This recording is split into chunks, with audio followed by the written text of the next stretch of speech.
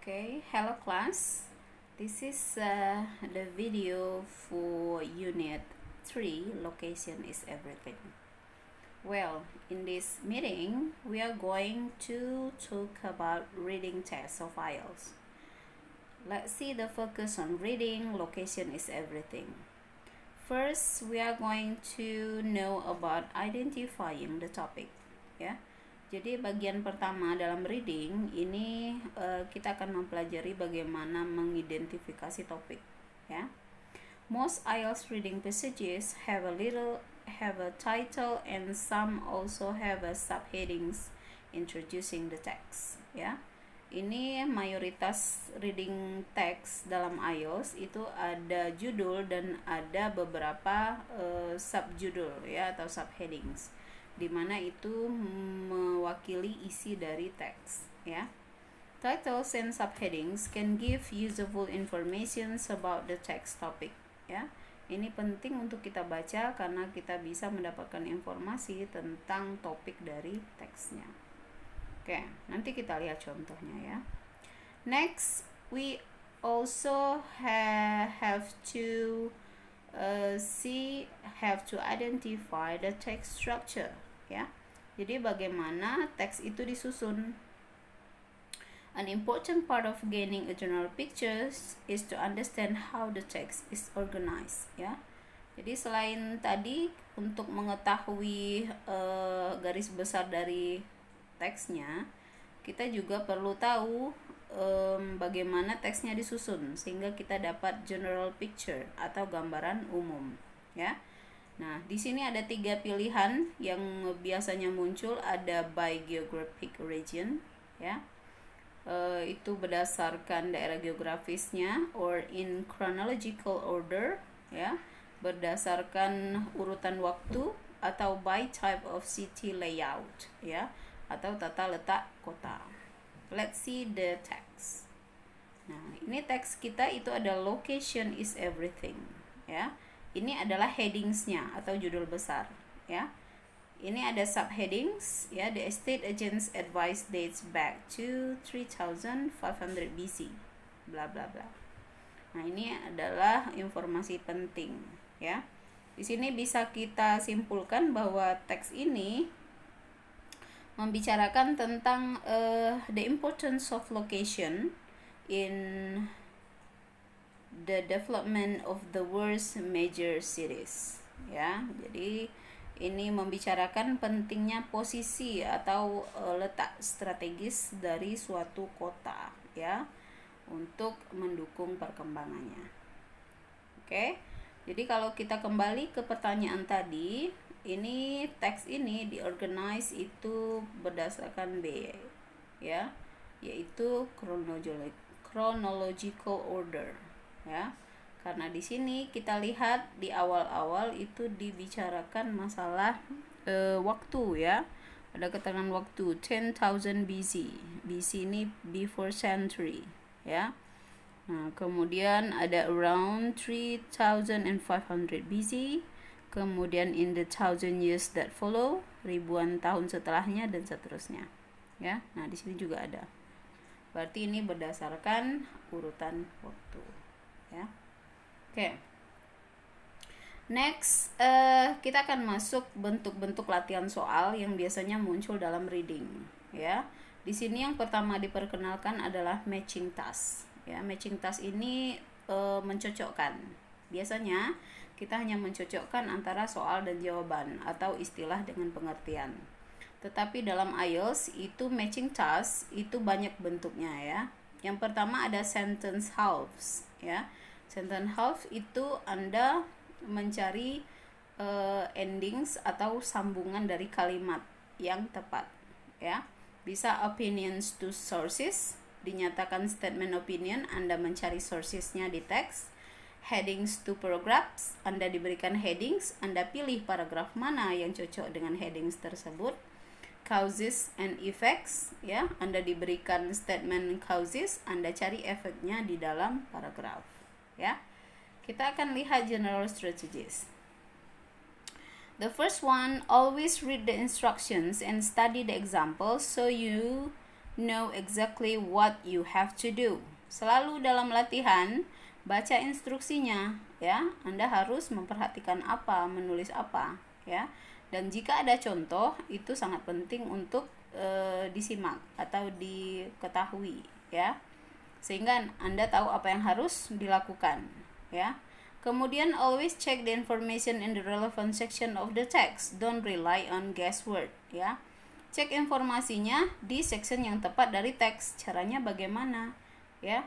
Ya, kita harus memahami di statement atau di question itu kata kuncinya apa, dan cepat lakukan skimming atau scanning di teks, ya. Kemudian underline keywords or phrases in the question. Nah, ini tadi kalau kita baca soal itu kita tandai. Ya, biasanya ini bentuknya noun, ya, kata benda yang ditanyakan tentang apa. Oke. Di sini ada task approach yang cukup membantu, bisa dikatakan strategi, ya. In this particular task, you have to match cities to their description. Nah, di contoh di bawah ini Anda harus mencocokkan kota dengan deskripsi dari kota tersebut, ya. Jika bertanya tentang kota, berarti pertama, in the text, underline, circle, or highlight the cities list so they are easy to find. Pertama Anda lakukan adalah bisa digarisbawahi, boleh dilingkari, boleh juga ditandai, ya, daftar dari kota sehingga mudah ditemukan. Oke, kita lihat di dalam teks. Nah, lakukan skimming, baca cepat. Nah, apa kok nama kota yang pertama muncul, ya? Nah, kita lihat ada Mesopotamia. Kemudian baca lagi, itu bisa tandai, ya. Kemudian ada Rome, ya, dan seterusnya. Nah, itu kita tandai nama-nama kotanya. Kemudian read the informations about each city in the text and then take the notes to see if any of them apply, ya. Jadi kalau kita sudah ketemu nama kotanya, ya, kalau sempat baca semuanya atau yang terbaca saja. Lihat apakah dia cocok, ya, di pernyataan yang ada di soal. Look for words and phrases in the notes which mean the same as expression in the text, ya. Nah, inilah kesulitan dalam IELTS. Biasanya apa yang dia nyatakan di pertanyaan itu tidak persis sama dengan yang ada di teks, tetapi maknanya sama, ya. Jadi tidak ada yang persis sama. Misalnya ini became an important center for banking, dinyatakan dengan kalimat paraphrase yang lain, tetapi maksudnya masih sama, ya. Nah, kita akan coba jawab beberapa pertanyaan di sini, ya. Question 1 to 8. Nah, berarti ini perintah hanya untuk soal 1 sampai 8, ya. Look at the following description 1 to 8 and the list of cities below. Nah, dia sudah sediakan daftar nama kota. Match its description to one of the cities in the text on page 27, ya. Cocokkan nama kota ini dengan deskripsinya berdasarkan teks, ya. Contoh. Grew into a successful trading city because of its location close to the sea, ya. Nah, ini kota tersebut tumbuh menjadi kota perdagangan yang berhasil atau sukses, ya, karena lokasinya dekat dengan laut. Dan di sini jawabannya adalah I, ya, di sini Venice, ya. Kalau kita sudah menggarisbawahi nama kota tadi, kita akan tahu posisinya. Kita cari nama kotanya atau yang ada di kata kunci pertanyaan tadi. Pertanyaan tadi ada membahas trading, ya, perdagangan, kemudian membahas si laut. Dan itu adanya di baris 82, ya, 80 sampai 82. At the same time, Venice was prospering thanks to trade. Nah, ini thanks to trade. Mereka sukses atas perdagangan. Makmur di sini prospering, ya. Berarti ini successful trading tadi. Its proximity to the sea. Nah, ini its location near the sea. Nah, maka jawabannya itu adalah Venice, ya. Kita lihat nomor 1. Become an important center for banking, ya. Dia menjadi pusat perbankan. Nah, kita lihat di sini kalau Anda sudah skimming tadi. Nah, di sini ada kata bankingnya di mana? Nah, ada ketemu di sini, ya. Maka di sini kita lihat Florence, ini sudah kita garis bawahi nama kota. Prospered from its wool industry until banking came to dominate its economy, ya, hingga perbankan datang dan mendominasi perekonomiannya. Jadi nama kotanya adalah Florence. Maka jawaban nomor 1 itu adalah D, ya. Nah, atau nomor 2, was the largest city in the world in the 1930s, ya. Kota terbesar di dunia pada tahun 1930. Kata kuncinya largest city, ya, in the 1930s. Kita lihat di sini. Nah, ada yang sangat membantu itu adalah angka by the 1930s. Nah, sekarang kita lihat di sini ada nggak sih yang menerangkan daerah terluas? Oke, kita lihat nama kota. Ada New York. New York becoming the world's first city with a population of 10 million and cities have seen growth at astonishing rate. Nah, dari sini memang tidak dinyatakan langsung ini kota terbesar, tetapi with a population of 10 million bisa kita logikakan bahwa daerah ini sangat luas, ya. Maka jawabannya adalah New York di sini. Nomor 2 itu F, ya. Oke, selanjutnya bisa Anda kerjakan sendiri nanti, coba. Kita lanjutkan sentence completion, ya. Kalau tadi matching, sekarang sentence completion.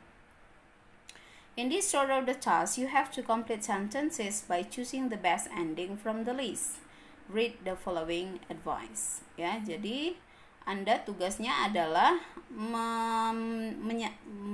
mencocokkan, ya, atau memilih, ya, ending yang tepat dari list yang disediakan. Oke, ini strateginya atau task approach. The question appear in the same order as the information in the text. If you answer them in sequence, it should be fairly easy to find the information you need, ya. Biasanya jenis soal seperti ini dia akan muncul in the same order of information in the text, berurutan, ya. Nomor 1 biasanya bagian awal, nomor 2 di paragraf 2 dan seterusnya, ya. Strategi kedua, study each question and underline the keywords of or phrases, ya. Seperti strategi sebelumnya, setiap pertanyaan dipelajari, ya, dan digarisbawahi kata kuncinya, ya, dan ini biasanya di italic atau dimiringkan. Ini ada di latihan halaman 30 nanti, ya. Locate the relevant section of the text and look for parallel expression, ya. Jadi lakukan skimming, ya, kata kunci yang sesuai di dalam teks, ya, dan carilah parallel expression, ya, atau sinonim, ya, ungkapan yang sama dengan ungkapan yang berbeda dengan maksud yang sama. Next, choose the best answer from the list of endings, making sure your answer fits both logically and grammatically. Dan pastikan jawaban Anda ini benar secara logis, ya, atau masuk akal dan secara tata bahasa. Oke? Mungkin itu yang bisa saya jelaskan. Tugas Anda pada pertemuan kali ini yaitu mengerjakan parallel expressions, ya. Ini task 5, ya. Di sini Anda mencari substitute expression with the same meaning, ya. Sinonimnya apa, ya? The following words or phrases come from the text on page 27. Find 2 parallel expression for each in the box below. Jadi satu kata dicari 2 sinonim, ya. Dan di sini ada 9 kata. Tugas Anda yang kedua yaitu mengerjakan grammatical clues, ya, halaman 30. Ini tadi sentence completion, ya. Pertanyaan 9 sampai 14 juga berdasarkan teks, ya. Ini ada contohnya. Oke, jadi nomor 9 pasangannya apa, 10 apa, ya. Oke, itu saja. That's all for me. Best of luck and see you in the next video.